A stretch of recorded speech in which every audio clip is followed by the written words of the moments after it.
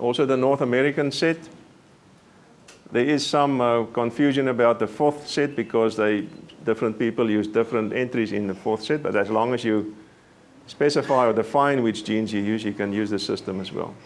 I think that's fairly easy. They're all susceptible.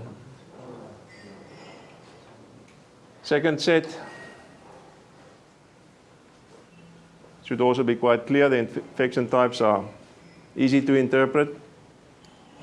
Low, low, and a nice incompatible example, strong hypersensitive response.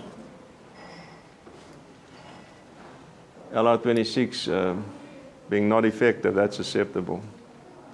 Okay. Third set. And again, I'd like to just focus your attention on LR11.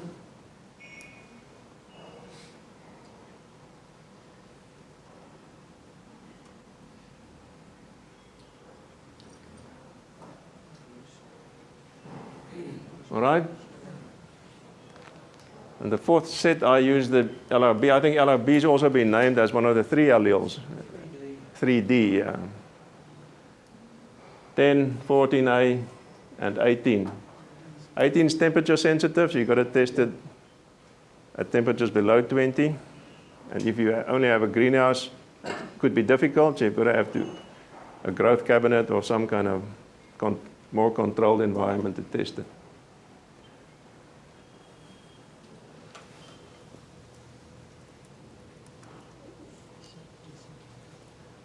So we use the same coding system. Now in this case you have to ignore the genes there because they're LR genes and they're not the same, but we use the same lettering code,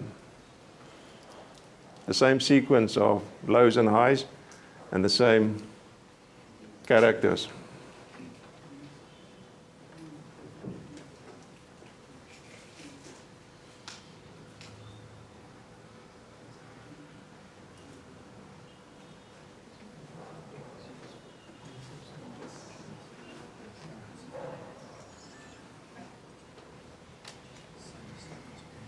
So you've all keyed it out?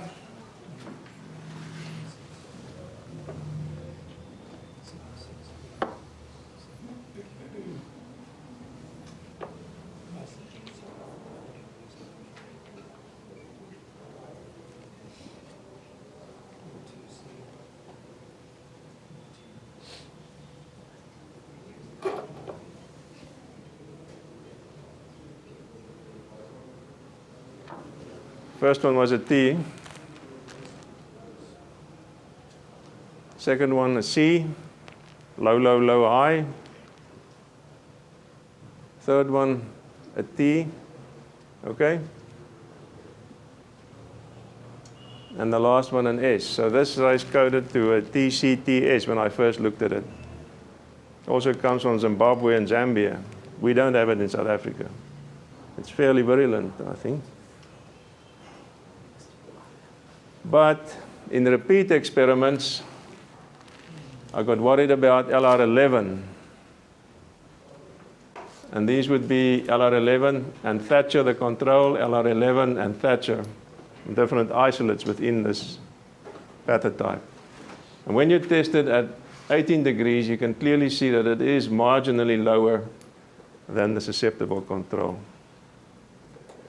And my good friend, I think Devinder and Robert suggested to me, you want to see LR11, lower the temperature. So I had to conclude that it's not a TCTS, but actually TCPS in the end. And the lesson to be learned is that not all genes express very clearly in all environments. And that's why we call Rust pathology a combination of an art as well as the science. You've got to have experience, you've got to know what you're looking at, and don't just take all the infection types you see for granted. You have to repeat and check and check and check again. Just to end this presentation, a quick look at the old stripe rust or yellow rust classification system. They have 7 world differentials and then 8 European differentials. And there are the entry names. I'm not going to go through all of them. The world set and then the European set. And then for this race classification system, they would have 2, you can't see because the slide is not clear enough, but it says 2 to the power of 0, 2 to the power of 0, 1, 2, 3, 4, 5, 6. So each time you have virulence on a particular variety, 2 to the power of 0 obviously equals 1. Don't ask me why. Maybe Professor McLaren can explain the algebra about why 2 to the power of 0 is 1, but it's not important. That's what the mathematicians tell us. 2 to the power of 2 obviously is 4, 3 is 8, then 16, 32, 64, 128. So each time you have virulence, you would add that particular value. We have virulence on wire 1 in Chinese 166, it gets a 1. If you have virulence on Li, it gets a 2. And the next one, a 4, then an 8, a 16, and a 32, 64, etc. And the same for the second set. So you'll actually, and then you add those together, and it will come up with 2 numerical values, depending on the virulence profile of your isolate. So I put together the world differentials as well as the European differentials, and this is now a hypothetical example of what you can expect and how this should be coded. So before I show you the result, just give me an indication of low or high.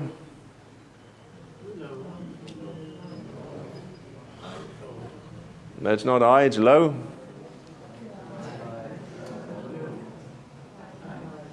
Yeah.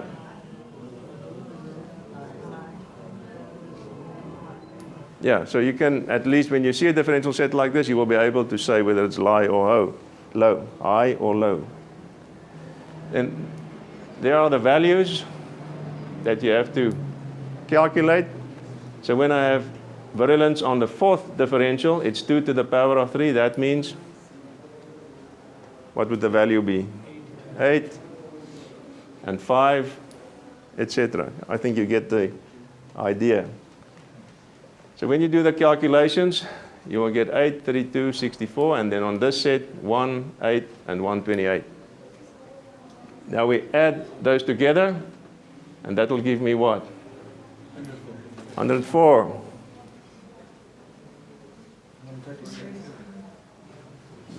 It's not 136. One more. 137. And that's how these races are then numbered. 104E137. And what has now become customary, depending on the additional differentials or tester lines that we use. And the first one is the YRA gene in Avocet and other varieties. It becomes an A plus or an A minus, and I think the Australians have now got an extension about that long, adding different genes that have become ineffective to the same kind of basic or base isolate. Just on that, Zach, you're going to talk more about the decanary system? No. The point, so people might be wondering why you have 2 to the power of 0, 2 to the power of 1, 2 to the power of 3. Why do that? The reason is because working back from a number, is there's only one way you can get the number 104 from those numbers. There is only one way. That's 64 plus 32 plus 8. So it's possible to work backwards and decode it. Yeah, that's a good point. Yeah. At 106, for instance, is 64, 32, 8, and 2. So that's the reason that those numbers are used. It's the same as the octal system. There is really only one way, well, there is only one way you can come up with those numbers, and you are able to work backwards and decode them. The other trick with this system is, that's worth remembering, is if you have an even number in either of those sets, it indicates A virulence on the first differential, and if you have an odd number, it indicates virulence on the first differential in each set. Now, like in this case, it's 7. That's just a little trick. So you have virulence on there. That one is an even number, so you have A virulence. So if it's 111, the first you know it's got to be higher than Y1. 239.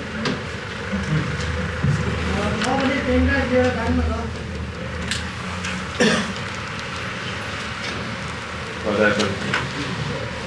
I think that's the last slide anyway. Yeah, that was the last one.